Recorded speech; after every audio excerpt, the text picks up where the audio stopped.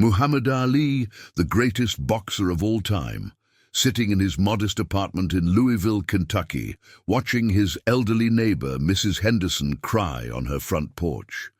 She'd just lost her life savings to a phone scammer who convinced her she'd won a lottery.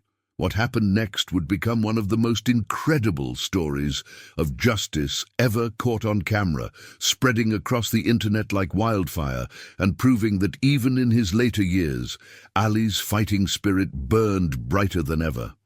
This isn't just another celebrity story. This is about how one man's refusal to let evil win turned into a masterclass in protecting our most vulnerable citizens. The footage you're about to hear about didn't just go viral. It sparked a nationwide movement that saved thousands of elderly Americans from financial predators. The morning sun cast long shadows across Muhammad Ali's quiet neighborhood in Louisville's West End. It was March 2015, and the legendary boxer, now 73 and battling Parkinson's disease, had developed a routine of sitting on his front porch, watching the world go by. His movements were slower now, his once booming voice reduced to careful whispers, but his eyes still held that familiar fire that had made him a champion. Ali's neighbor, 78-year-old Margaret Henderson, lived alone in the small blue house next door. She'd been widowed for 5 years, and Ali had taken it upon himself to check on her regularly. Mrs. Henderson reminded him of his own mother, kind, trusting, and unfortunately, the perfect target for those who prey on the elderly. On this particular Tuesday morning, Ali noticed something was wrong. Mrs. Henderson wasn't tending to her garden as usual. Instead, she sat on her porch steps, her shoulders shaking with quiet sobs. Ali's daughter, Layla, who was visiting that day, helped her father walk over to investigate. "Mrs. Henderson, what's troubling you?" Ali asked, his voice gentle but strained by his condition. Through her tears, Mrs. Henderson explained what had happened. 3 days earlier, she'd received a phone call from someone claiming to be from the International Lottery Commission. The caller, who spoke with what seemed like an official tone, told her she'd won $250,000 but needed to pay processing fees and taxes up front to claim her prize. "He sounded so professional, Mohammed," she said, wiping her eyes with a tissue. "He knew my full name, my address, even mentioned my late husband Robert. He said I was specially selected because of my good credit history." The scammer had been patient, calling her multiple times over 3 days, building trust and urgency. He'd even provided her with a fake confirmation number and told her to Google the Lottery Commission, which led to a sophisticated fake website they'd created. Mrs. Henderson had withdrawn $8,500 from her savings account and sent it via wire transfer to an address in Miami. When no prize money arrived and the phone number suddenly went dead, Mrs. Henderson realized she'd been deceived. That $8,500 represented nearly half of her life savings, money she'd planned to use for medical expenses and home repairs. Ali listened intently, his jaw tightening with each detail. Layla could see her father's hands trembling, not from his Parkinson's, but from anger. This wasn't just about money, it was about dignity, respect, and protecting those who couldn't protect themselves. "This ain't right," Ali whispered, his words carrying the same intensity that once intimidated opponents in the ring. "Nobody should prey on good people like this." That evening, Ali called his longtime friend and former security chief, Detective Ray Johnson, who now worked with the Louisville Metro Police Fraud Division. Johnson had been investigating a surge in elderly targeted scams across Kentucky, but the perpetrators were proving difficult to catch. They used untraceable phone numbers, fake identities, and operated from multiple states. "Ray, I need your help," Ali said during their phone conversation. "These criminals think they can hurt innocent people and get away with it, but they picked the wrong neighborhood." Johnson explained the challenges law enforcement faced. "Mohammed, these scammers are sophisticated. They use voice-over internet technology, making their calls untraceable. By the time victims realize they've been scammed, the money's gone and the criminals have disappeared. But Ali had an idea forming in his mind, one that would require patience, planning, and a little bit of the strategic thinking that had made him a champion. He'd spent his entire career studying opponents, finding their weaknesses, and setting traps. This would be no different. The next morning, Ali asked Layla to help him research everything about lottery scams. They spent hours online, reading FBI reports, victim testimonies, and law enforcement guides. Ali learned that these scammers often targeted the same geographic areas repeatedly, believing that successful neighborhoods contained more potential victims. "They're going to call again," Ali told Layla with certainty. "Predators always return to hunting grounds that worked before. When they do, we'll be ready." Ali's plan was simple but brilliant. He would pose as an elderly, wealthy retiree, using his own address but a fake identity. With Detective Johnson's help, they would set up a controlled environment to catch the scammers in action. The key was making Ali appear to be the perfect victim. Trusting, wealthy, and isolated. They created a fake persona. Albert Anderson, a 75-year-old retired businessman living alone in Ali's address. Johnson helped establish a temporary phone line and even created some fake financial documents that would make Albert appear to have substantial savings. The waiting game began. Ali, despite his physical limitations, threw himself into the role with the same dedication he'd once brought to training for championship fights. He practiced speaking in a different voice, studied the mannerisms of elderly scam victims, and prepared responses that would keep scammers on the line long enough to gather evidence. Mrs. Henderson, initially hesitant about the plan, became an enthusiastic supporter when Ali explained how catching these criminals could prevent other elderly people from suffering the same fate. "If we can stop even one more person from going through what you experienced, it'll be worth it," Ali told her. Detective Johnson worked with the FBI to ensure everything was legal and properly documented. They installed recording equipment in Ali's home and set up surveillance cameras that could capture any in-person meetings. The plan was to gather enough evidence to not only arrest the immediate scammers, but to trace their operation back to its source. 2 weeks into their operation, the phone rang. Ali, sitting in his living room with recording equipment hidden nearby, answered as Albert Anderson. His voice, naturally weakened by Parkinson's, actually helped sell the character of a frail, elderly man. "Hello, Mr. Anderson," came a smooth voice with a slight accent. "This is David Williams from the American Prize Distribution Center. I have some wonderful news for you today." Ali's heart raced, but he kept his voice steady and curious. "Oh my, what kind of news?" The caller launched into a familiar script. Albert Anderson had been selected to receive a $350,000 prize from a consumer loyalty program. The selection was based on high, excellent payment history and community standing. All he needed was pay a processing fee of $2,500 to claim his winnings. "That sounds amazing," Ali responded, channeling the excitement and naivety that scammers counted on. "But I'm not sure I understand. Why do I need to pay money to receive money?" The scammer was prepared for this question. He explained that federal regulations required prize winners to pay taxes and processing fees up front. He provided fake government regulation numbers and even offered to send official-looking documents via email. "Mr. Anderson, I can tell you're a smart man," the scammer continued. "That's exactly why you were selected for this prize. We only work with distinguished individuals like yourself." Over the next hour, the scammer built rapport with Ali, asking about his family, his health, and his financial situation. Ali played the role perfectly, mentioning that he was lonely since his wife passed away and that he had substantial savings from his successful business career. The scammer's interest peaked when Ali mentioned having over $100,000 in savings. "Mr. Anderson, because you'd such a valued winner, I'd authorized to offer you our premium prize package. Instead of $350,000, you could be eligible for $750,000. The processing fee would be higher, but the return would be incredible. Ali agreed to think about it overnight, and they scheduled another call for the following day. As soon as he hung up, Detective Johnson and his team began tracing the call.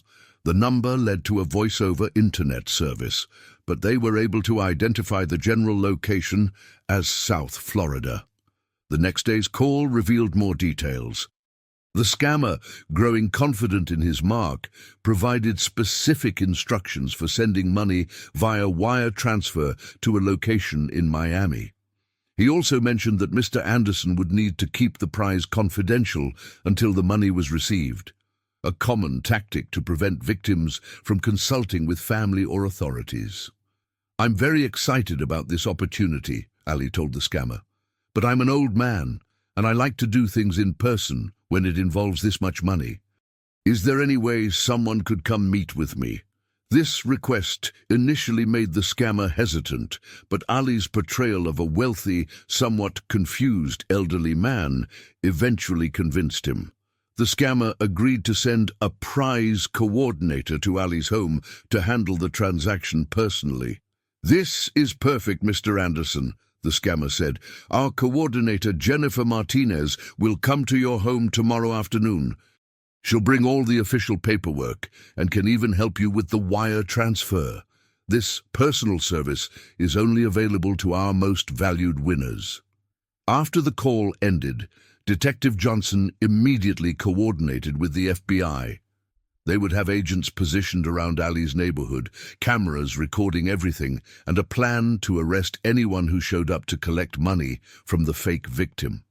Ali spent that evening preparing for what could be the most important performance of his life. Despite his Parkinson's making movement difficult, his mind remained sharp and focused. He reviewed every detail of his Albert Anderson persona and practiced responses to various scenarios. Layla expressed concern about her father's safety, but Ali was determined. "I've faced down Sonny Liston and Joe Frazier," he told her. "I'm not about to be intimidated by some criminals who pick on defenseless elderly people." The next afternoon, a well-dressed woman in her 30s arrived at Ali's door. She introduced herself as Jennifer Martinez and carried an official-looking briefcase filled with fake documents. Hidden cameras captured everything as she entered Ali's home. "Mr. Anderson, congratulations on your prize," she said with a practiced smile. "I have all your paperwork right here. Once we complete the processing fee payment, you'll receive your $750,000 within 48 hours. Jennifer spread documents across Ali's dining room table, fake government forms, fraudulent bank authorizations, and counterfeit prize certificates. Everything looked official to someone who wasn't trained to spot forgeries. "Now, Mr. Anderson, I'll need you to sign these forms and provide payment for the processing fees," Jennifer said. "The total amount is $15,000, which I know seems like a lot, but you'll be receiving 50 times that amount very soon." Ali played his role perfectly, expressing excitement mixed with elderly confusion. "This is so much money," he said. "Are you sure this is legitimate? I don't want to get in trouble with the government." Jennifer reassured him with more lies about government regulations and official procedures. She even showed him fake identification, claiming she was a federal prize coordinator. What she didn't know was that every word, every document, and every fraudulent claim was being recorded in high definition. "I have the money ready," Ali told her, reaching for an envelope. "But I want to make sure I understand everything correctly. Can you explain once more how this process works?" As Jennifer repeated her fraudulent explanation, FBI agents positioned outside received the signal from Detective Johnson. The trap was about to be sprung, and Muhammad Ali was about to deliver a knockout blow to criminals who thought they could prey on the vulnerable with impunity. The moment Jennifer finished explaining the fraudulent process for the third time, Ali gave an almost imperceptible nod toward the window. Within seconds, the front door burst open and FBI agents flooded into the living room, their weapons drawn and badges clearly visible. "FBI, nobody move!" shouted Special Agent Sarah Chen, the lead investigator on the case.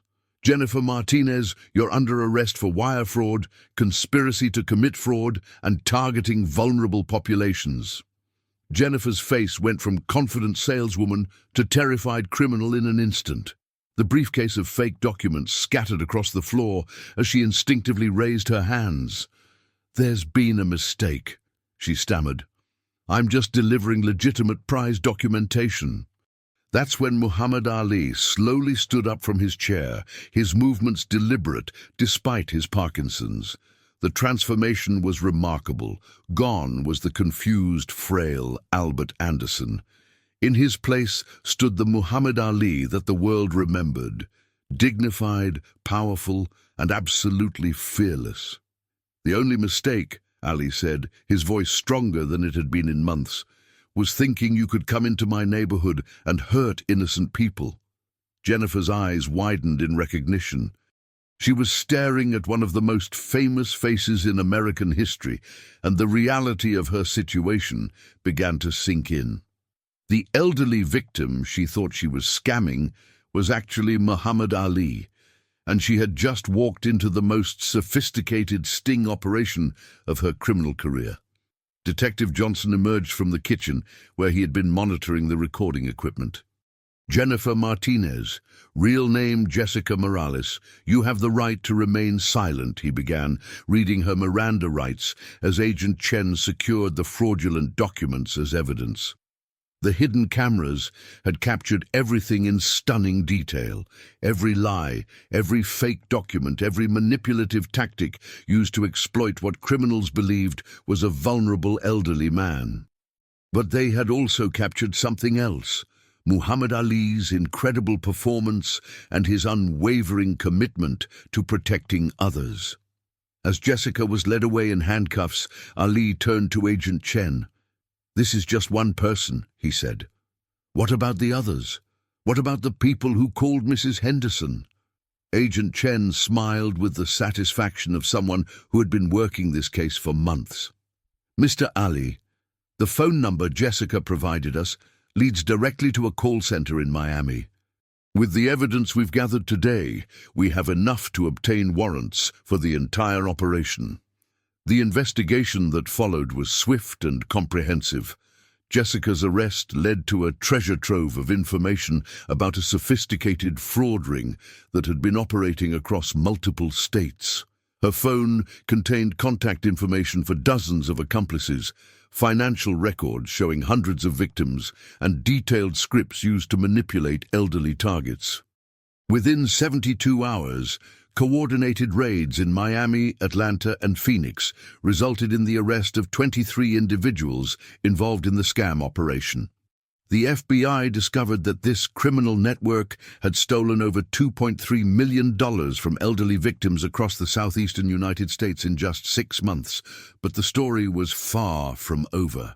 Detective Johnson had made sure that every moment of Ali's sting operation was recorded with professional quality equipment. The footage showed not just the arrest, but Ali's incredible transformation from frail victim to determined protector. It captured the moment when one of America's greatest heroes proved that his fighting spirit was stronger than any physical limitation. Mrs. Henderson, who'd been watching from her window during the arrest, came over to Ali's house with tears in her eyes. "Muhammad, what you did today, it's going to help so many people," she said, embracing the man who had turned her tragedy into a victory for justice. The local news picked up the story first. Louisville's WLKY News ran a segment titled "The Greatest Sting, Muhammad Ali Catches Scammers." The footage of Ali's performance, the dramatic arrest, and his passionate explanation of why he got involved struck a chord with viewers across Kentucky. "These criminals think they can hide behind phones and fake names," Ali said in his interview with WLKY. "They think elderly people are easy targets because they're trusting and kind. But they forgot something important. Good people have champions, and champions never stop fighting." The story exploded across social media within hours. The hashtag #AliVSSScammers began trending on Twitter as people shared the news footage and expressed their admiration for the boxing legend's latest fight. Facebook posts about the story received hundreds of thousands of shares, and YouTube videos of Ali's interview garnered millions of views. What made the story so compelling wasn't just the celebrity involvement.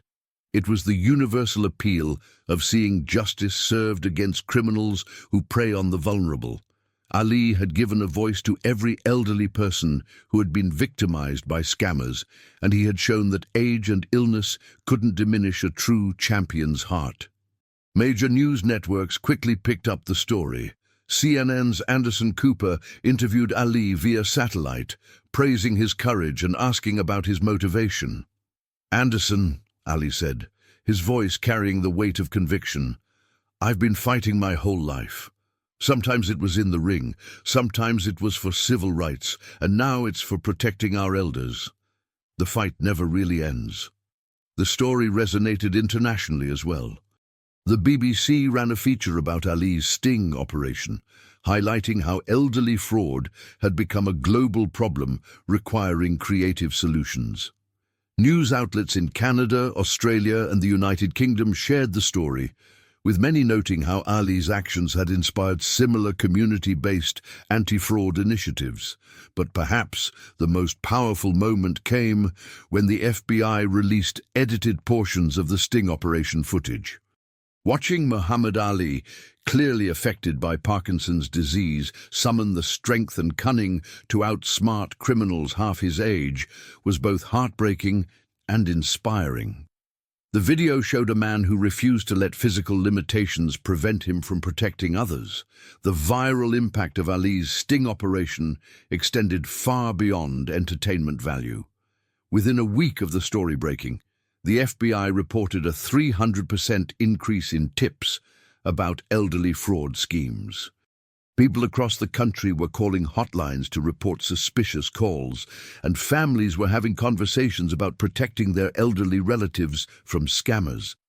The Ali effect, as law enforcement began calling it, led to the discovery of dozens of additional fraud operations. Inspired by Ali's example, elderly citizens who had previously been too embarrassed to report being scammed began coming forward with information. The shame and isolation that scammers counted on to keep their crimes hidden was being replaced by community solidarity and vigilance. Dr. Patricia Williams, a criminologist at the University of Louisville, studied the phenomenon. What Muhammad Ali did was transform the narrative around elderly fraud, she explained to reporters. Instead of victims being seen as naive or foolish, they're now viewed as targets of sophisticated criminals. And instead of feeling helpless, communities are organizing to fight back. The success of Ali's operation led to the creation of the Champion Network, a nationwide program connecting law enforcement with community volunteers to identify and stop elderly fraud. The program, endorsed by the FBI and the AARP, trained volunteers to recognize scam tactics and coordinate with authorities to catch criminals. Ali became the unofficial spokesperson for the Champion Network, appearing in public service announcements despite his declining health. "Every neighborhood needs champions," he said in one particularly powerful PSA. "You don't need to be a boxer to fight for what's right. You just need to care about your neighbors." The criminal network that Jessica Morales led was completely dismantled.